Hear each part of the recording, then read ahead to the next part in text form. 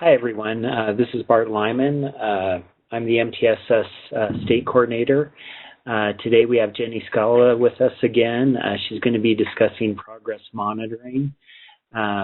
Please, as you're viewing this webinar, if you have any questions, please reach out to me. I'm going to go ahead and turn the screen over to Jenny, and she'll get started.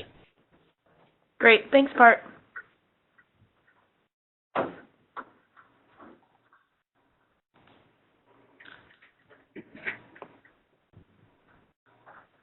Okay, I'm just pulling up my presentation so everyone doesn't have to see my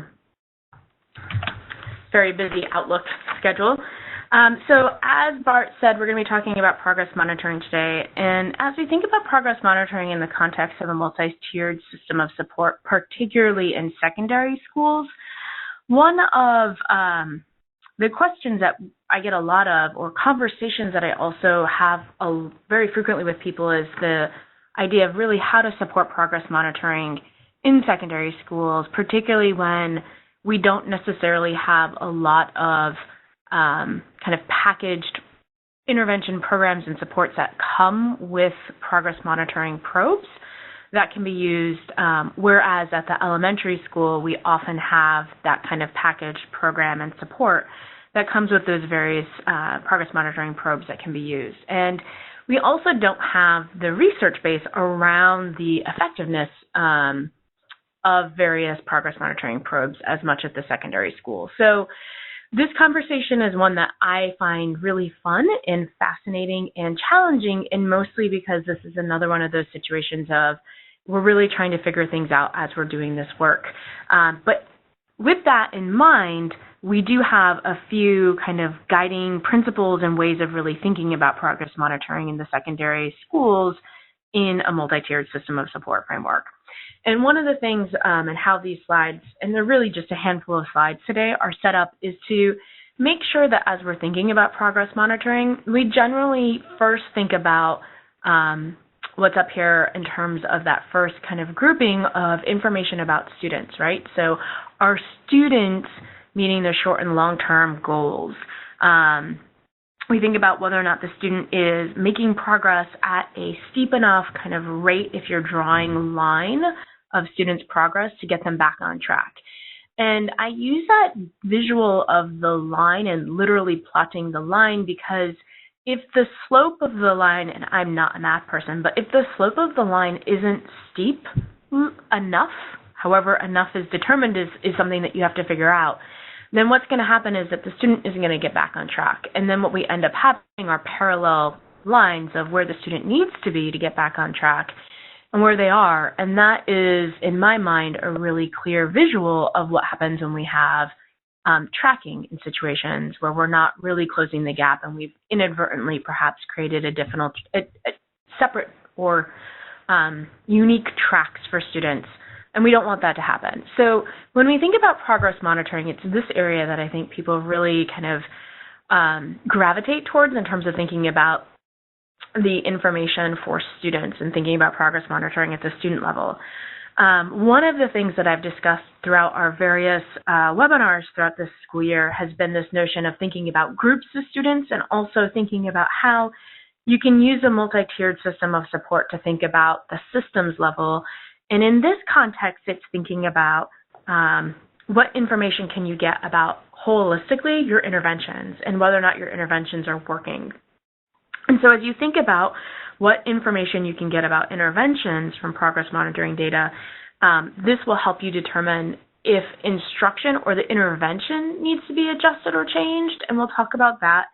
And then also where I get really excited about is this notion of if some interventions are being more effective than others for your students. And this comes into place when, particularly in high schools, if you're thinking about the various interventions that the school has, there could be multiple types of attendance interventions or even different behavior interventions. And then we also have our interventions that are more specific to content areas for instruction. But in terms of attendance, I guess all of these, there might be multiple interventions that are at a school's disposal, and this notion of how to determine what interventions are really giving us some ways, the most bang for our buck and really being effective in getting our students back on track and getting them the supports that they need. So this idea of thinking about what information we can get holistically about our interventions is, in my mind, kind of the next kind of systems level of thinking about progress monitoring. So we're going to talk both about information that we're going to get about students from progress monitoring data, as well as information holistically about interventions. Before I do that, though, one of the questions I get all of the time is, well, since we don't necessarily have this robust bank of progress monitoring tools that we can use in secondary schools, what are people using to monitor student progress? This slide lists them. I'm not going to go through all of them, but one of the things that we've seen is people in schools are being really using existing formal and informal measures of data to use that as progress monitoring information and data. So you've got everything. I'm sorry, what was that? Okay. It sounds like someone maybe joined us, which is great. Thanks for joining us. So in terms of the various formal and informal types of data that can be used for progress monitoring, that's what's on the slide. And there are a lot of them, but the one that I want to talk a little bit about is the last one on the slide. So thinking about using curriculum-based measures at a student level. So that's not at a grade level. If we have a student that is multiple grade years behind, we've often seen success of going down to different progress monitoring probes that exist either at the elementary level or at the middle school level, early middle school level, depending on where that student is at. And so that's something that we have seen because there is more frequent evidence and research base around those other progress monitoring probes. So we have seen that be used in a way that is beneficial and really can support students getting back on track. So we've got our grades, we've got attendance, we've got maze passages, other teacher-developed measures. So just there's a slew of different things that people are using for monitoring student progress. The way these slides are broken up is that the text that's in red are where we're talking about either the student or the interventions aren't making progress. And then the text that's anchored around what's in green is, not surprisingly, where we are showing improvement. But there are things to learn in both contexts, so it's not as if we only want to talk about where students aren't making progress. And one of the things that is not on every slide because it was starting to get repetitive, but really is my first question that I ask people whenever we're talking about progress monitoring is really about how do they know if the intervention has been implemented with fidelity? What are you using to measure it? How do you know? What does fidelity mean in this context? Is there a consistent understanding of that? And there's a whole set of information that exists through a lot of different available centers, federally funded centers, as well as just online in general around what fidelity means and how do we measure fidelity, and some of the pros and cons about measuring fidelity if fidelity probes and measures aren't included and you have to create them on your own. But really this notion of how do you know if the intervention and support has been implemented with fidelity is really, really critical. And that's one of the first things I ask when people are saying, oh, this isn't working. And then as you start to get information around that, so let's assume that the intervention and support has been implemented with the fidelity as it was designed and intended. So then start to dig deeper and try to figure out what's going on. Are there new circumstances or events? Is there additional information? Oftentimes you need additional information than what you're just going to get from a single kind of probe. So what else do you need to get? At what point in time do you want to have that conversation? And so there are additional questions.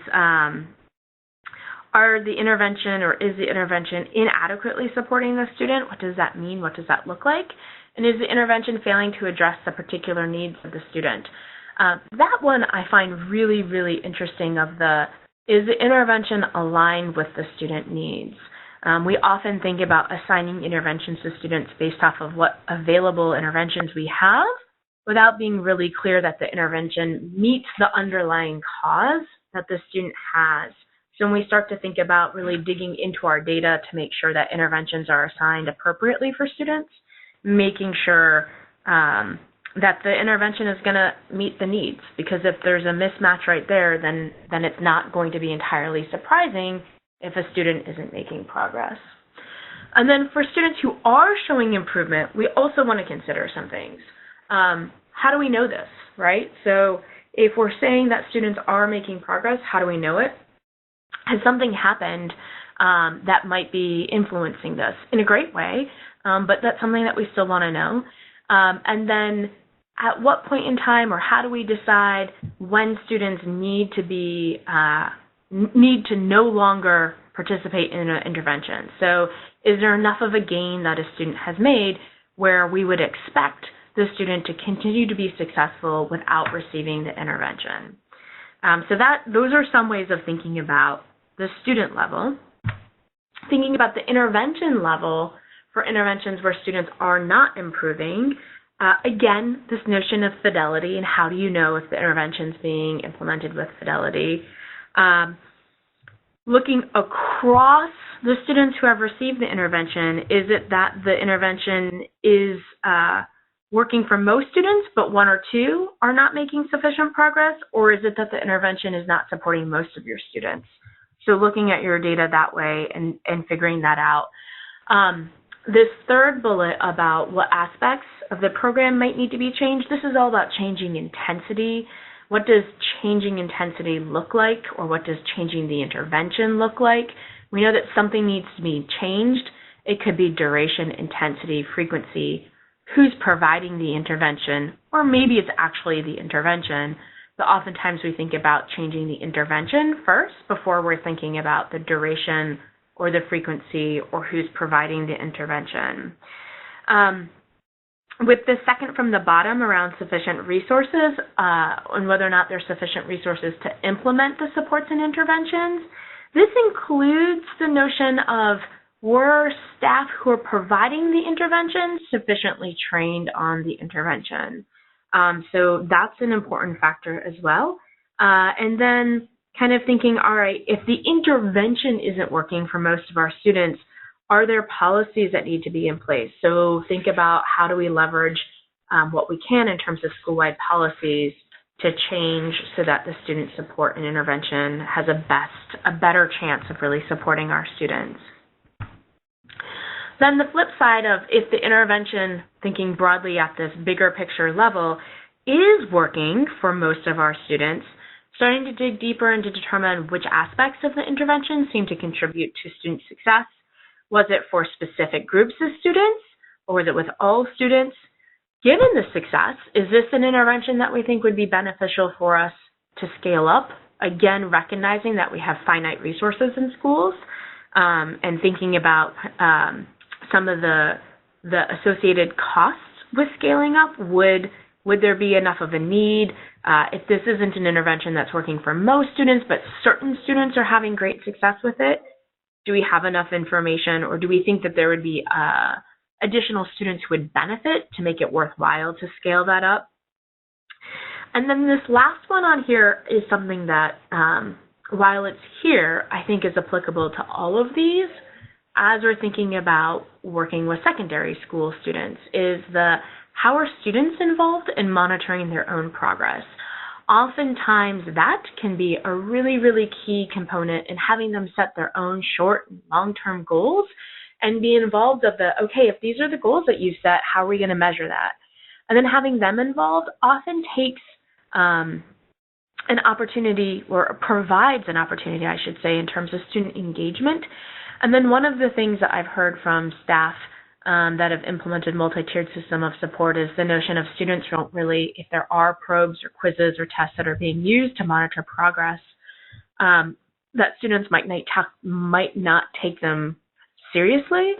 And so having students be involved in monitoring their own progress and explaining kind of how all of this fits together in terms of the student monitoring and which data are going to be used to monitor can really help get student engagement, student buy-in, and that can be particularly helpful I found that particularly helpful for middle school students, and I know others have had a lot of success with that with high school students too.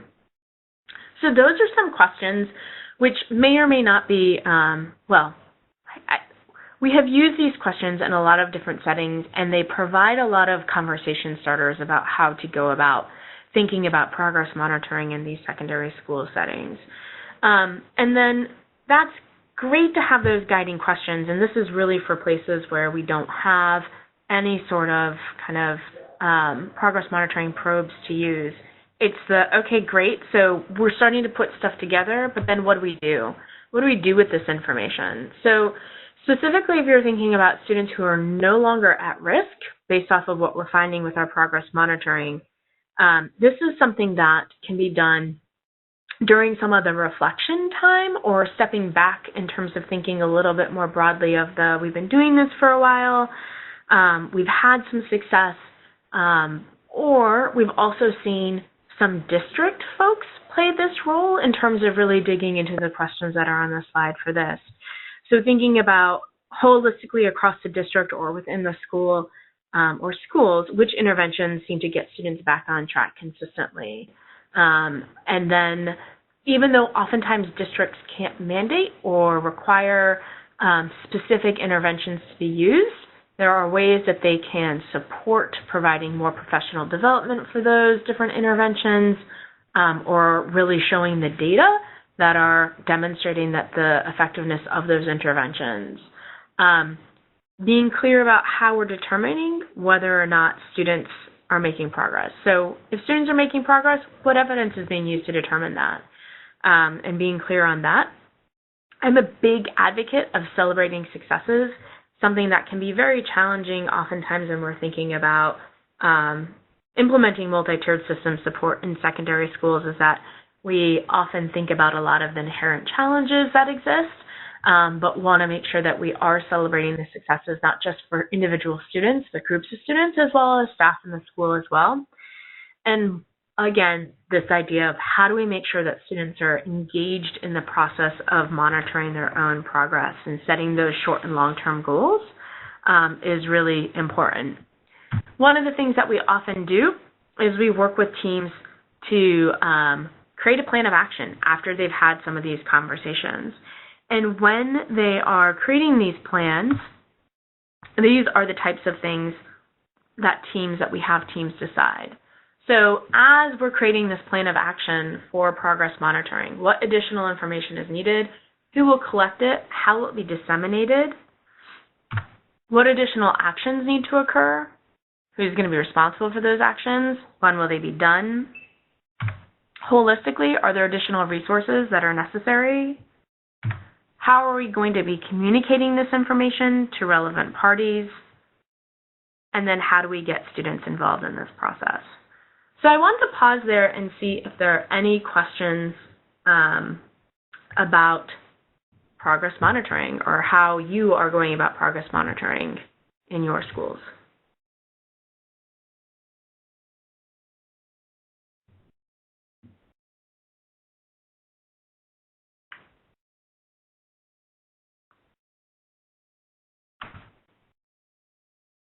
And I created a discussion slide, so maybe we can, if anybody's on that wants to kind of talk about some of this. When adults in the building have time to review progress monitoring data, what decisions are made, that's a big one. Communicating student progress.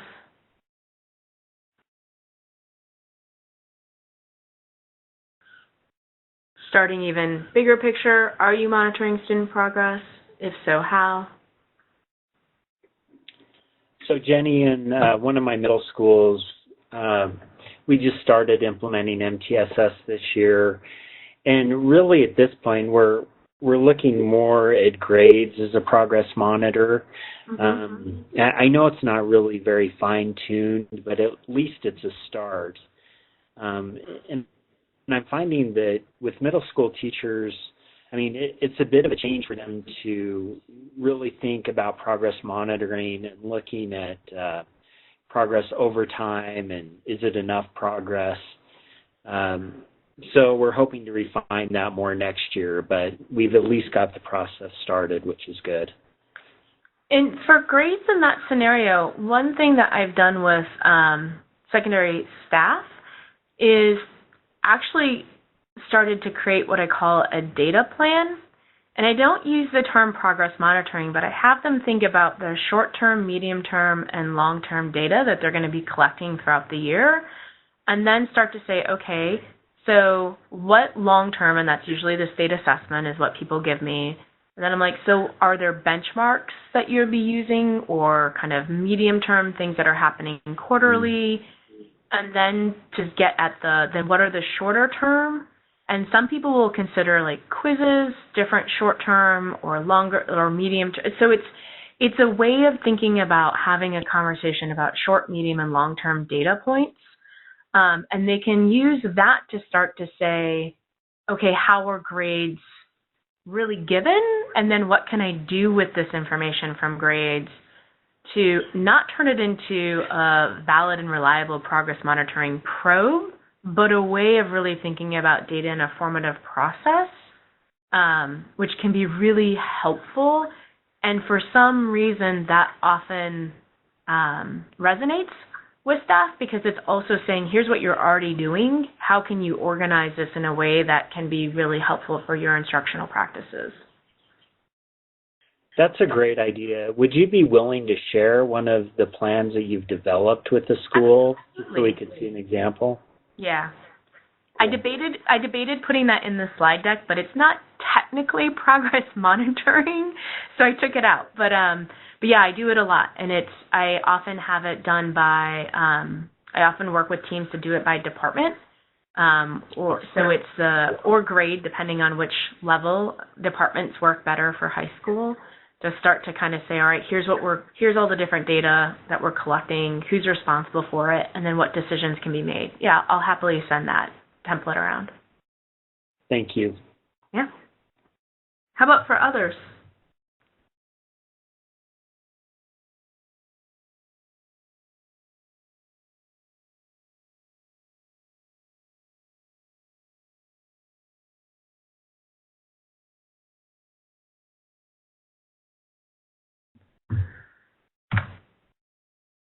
So I promised a really short slide deck today, and it was a really short slide deck. Are there any other questions? Maybe not even about progress monitoring? Anything that's a lingering question for anybody?